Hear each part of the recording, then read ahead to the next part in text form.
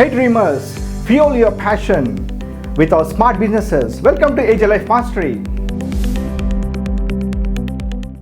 See, I have some money with me which I want to deposit in a bank with secured investment, fixed deposit say.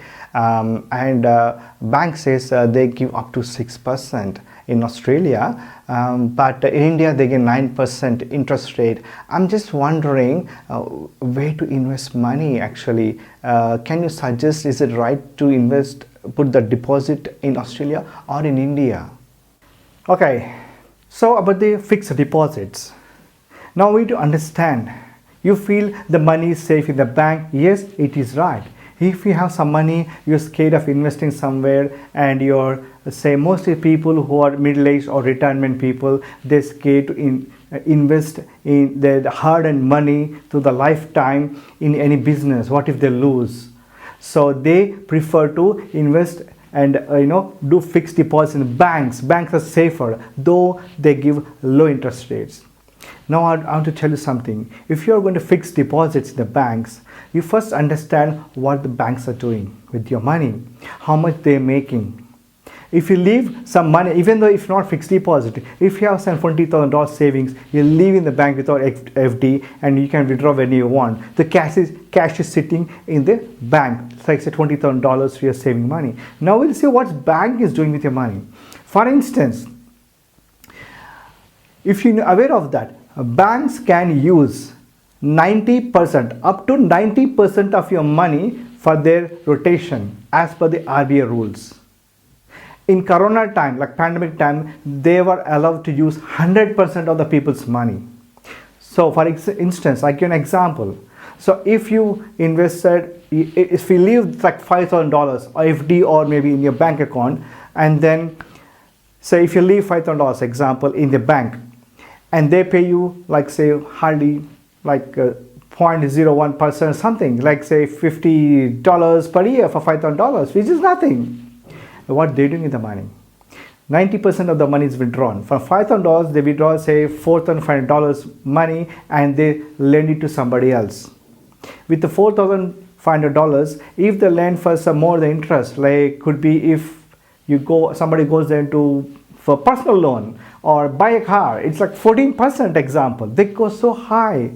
So you paid $50 and the 14%, sometimes approximately they'll be earning with $4,500, $675. See the difference, how much money the bank is making out of your money. If you're smart enough, if you understand the concept, why can't you make that money even more than the banker? Say $5,000, if you invest in smart investments like shares, somewhere else, even you can earn $1,000 at least. So you earn more than what bankers are offering you. Even though if you make a fixed deposit, how to look at the fixed deposit, how much you have to ask the banker. For instance, depends on the country's inflation. Say you see like 5 years back or 6 years back, Australian inflation. Let's talk about Australia. So if Australian inflation was like 3%, means it's prospering. More money, cash flow is going on. So if you have got FD with the bank, they pay you 6% interest, which is a decent money, secured, you earn good money. That's fine. And the bonds, you can buy bonds, government bonds even, they pay you 6 to 7%. That's fine too if inflation is 3%. Keep in mind. Now, if you go back to last year, 22-23, Australian inflation today also till it's 8%.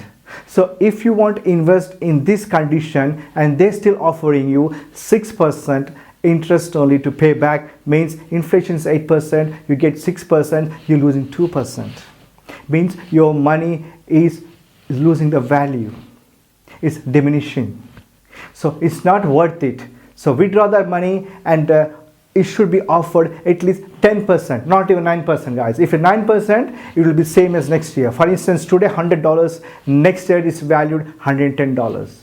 If you're investing today for like say 10%, and today inflation is 8%, and it should be by next year it will be 9%. Still, you're making 1% profit. This is the minimum. So go for a country where the low inflation. Go globally. So for India, it's only 4%. I have invested some money in India where I'm earning 9% and the inflation is 4%. So I got 5% profit. I'm safe. It's with the bank.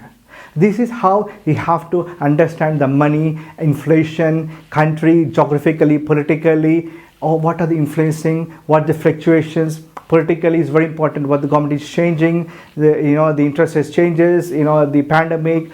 War is the biggest cause. It hits global economy. So you have to be very careful while investing in any banks, in companies, in countries like that. You have to look at, if you invest in global investment, USA, could be any Bangladesh, could be Bhutan, UK, India.